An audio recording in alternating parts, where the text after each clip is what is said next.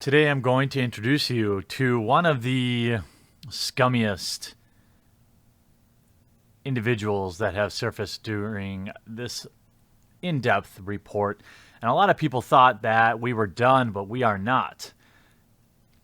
Lou Calgiovanni is ferocious, and I assure you there are many more parts of this investigation coming. This is one that is really puzzling simply because of just how heinous the crimes involved are here for a Magic the Gathering CEO, the owner of a Magic the Gathering store, a Magic the Gathering judge, and a fellow Magic the Gathering player that is still currently not banned. I want to go through a few important investigative parts before I get into the disgusting parts of the crime. Now, I want to first point out that James Littlefield is a Magic the Gathering judge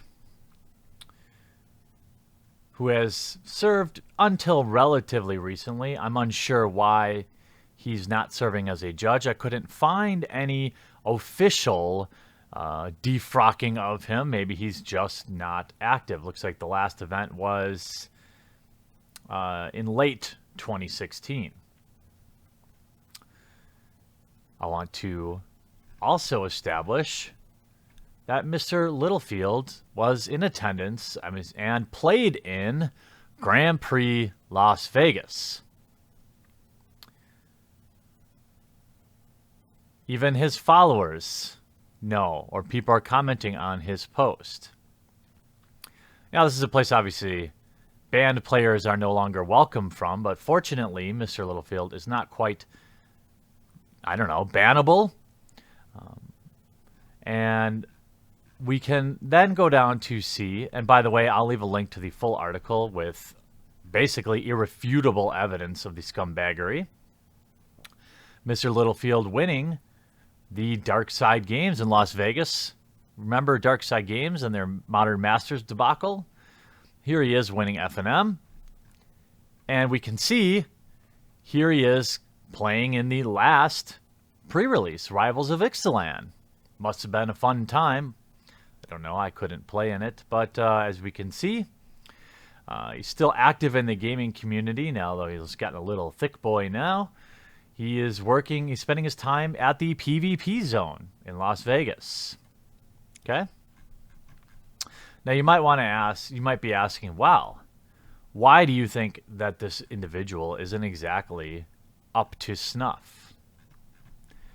Well, Mr. Littlefield likes to spend his time with what looks to be very young girls. Here, this girl looks very young. I don't know. That familiar smile that we've seen many times with predators. Oops, looks like we've got a rap sheet here. You can read for yourself. If you can't read at home, if you don't want to read through this before, it is 10 counts of lewdness with a child under the age of 14.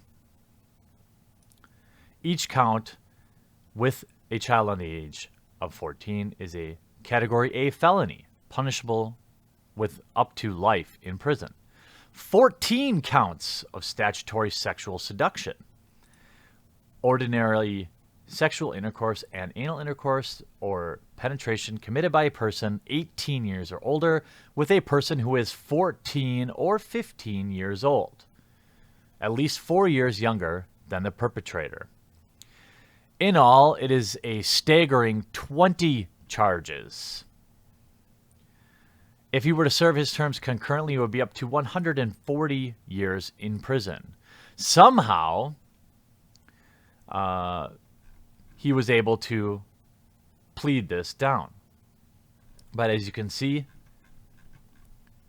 these are convictions. He is the embodiment, as Lou puts, of every stereotype which comes to mind when one thinks of Las Vegas. A lowly, greasy, manipulative, opportunistic con man. As you will observe with the revolting list of charges brought against him.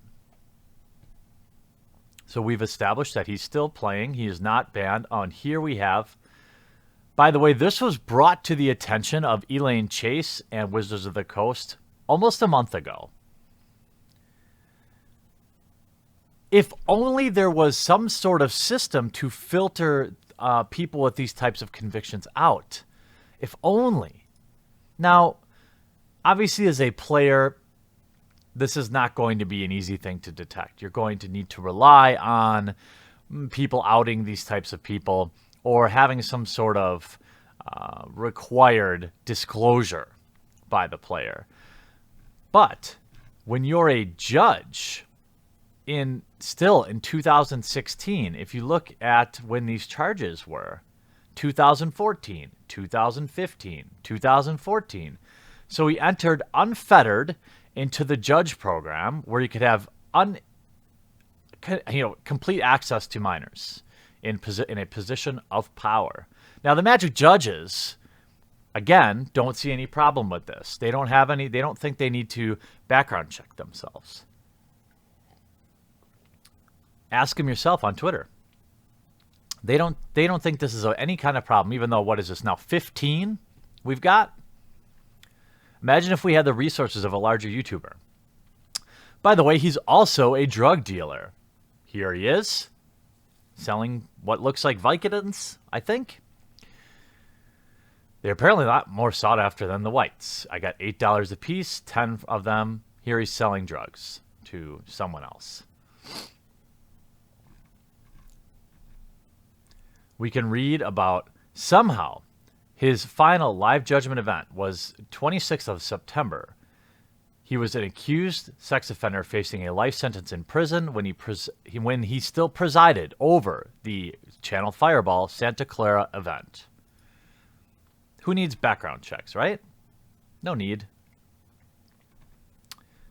No need. After speaking with numerous individuals connected with Littlefield, the consensus amongst them is that he engaged in a sexual relationship with a 13-year-old girl who represented herself as a runaway teen that he claimed was his girlfriend. Rather than getting life in prison, Littlefield had all 24 charges dropped if he would plead guilty to a single court count of attempted lewdness with a child under the age of 14, a stunning development, and one which went unnoticed by the local media. He then walked out of the courtroom freely to await his sentencing. It seemed he was due a little recreational sex after beating a life sentence in prison. 3 days after the plea on March 27th, 2016, he attempted to solicit anonymous sex via internet, Reddit, random acts of blowjob community. Here he is. Earlier in the article, we established that this is his Reddit user. At this point, one could expect nothing more from Mr. Littlefield than the absolute minimum, which is why no jaws shall hit the floor to learn he attempted to have anonymous sexual contact again on April 1st. Hello, fun, educated, attractive, overweight women at conference in Las Vegas. Oops, here he is. Now, connecting with other consenting adults for some sort of hookup is grimy, but not illegal. Here we go. Him posting. I work almost every day now at the company I run, and I'm just looking for someone who wants to meet and hook up. Strictly NSA. Send picture and your details, and I will PM and send back mine. Local or visitor. Doesn't matter. Notice he doesn't say it must be over 18. I mean, maybe that's just a, interesting omission. 5 years is all he got, with 3 years suspended and 100 days credited. He was also arrested for unlawful taking of a vehicle. However, the court noted Littlefield's sexual deviancy as a term of his sentence. He walked out of court as a free man, having beaten all charges. And in what became a regular thrill to Littlefield, he once again sought out anonymous sexual contact on August 6th. You can read through all of this, right?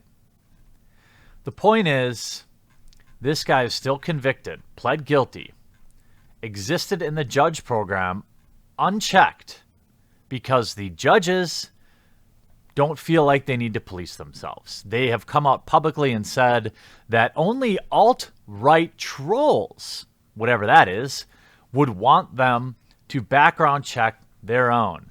This is a man that can currently attend any pre-release, can currently attend any Grand Prix he wants. He's neither suspended by the DCI or, as far as I can tell, removed from the judge program.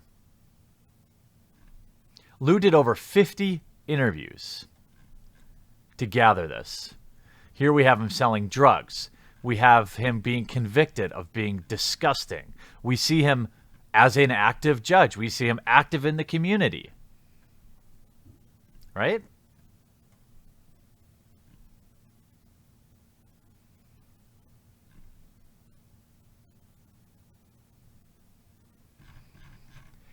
I don't know how else to... I mean, why is it that nobody freaking cares about this? I don't understand. I can only ask that you continue to share this video, and if you see fit, tag Wizards, tag Morrow, tag Elaine Chase until we can get a response. I no longer accept this local game stores should be able to police their own. I can't trust them to do it. And why would anyone fight against this? I don't understand how sick in the head you'd have to be to say, well, I don't like this person, so I'm going to disregard their message.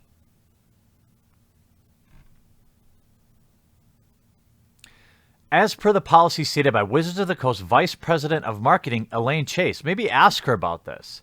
WotC has a zero-tolerance policy for sex offenders. Littlefield should never have been eligible to play in the tournament. I contacted the owner of Darkside Games to bring Littlefield's presence to his attention.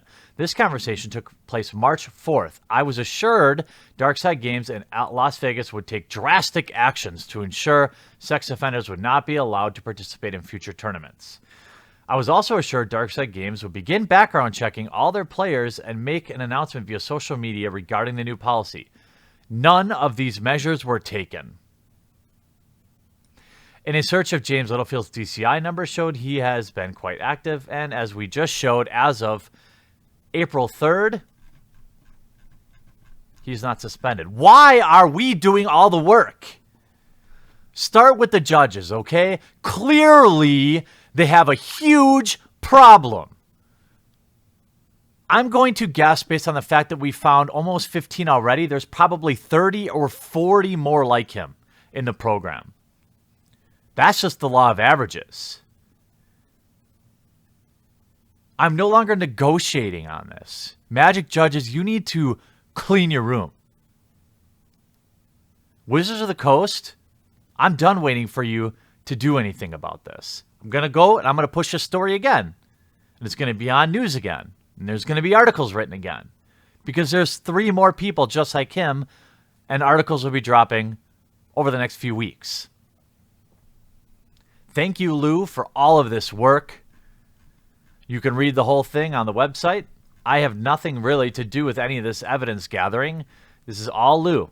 I'm but a bullhorn to spread the message. A message that I can't believe more people aren't concerned about. Thanks for watching, and I hope you enjoyed this video. If you want to be notified the next time I upload a video, make sure you subscribe and take a moment to turn on notifications.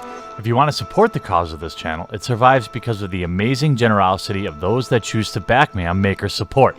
The link is in the description, and hopefully you'll consider backing today.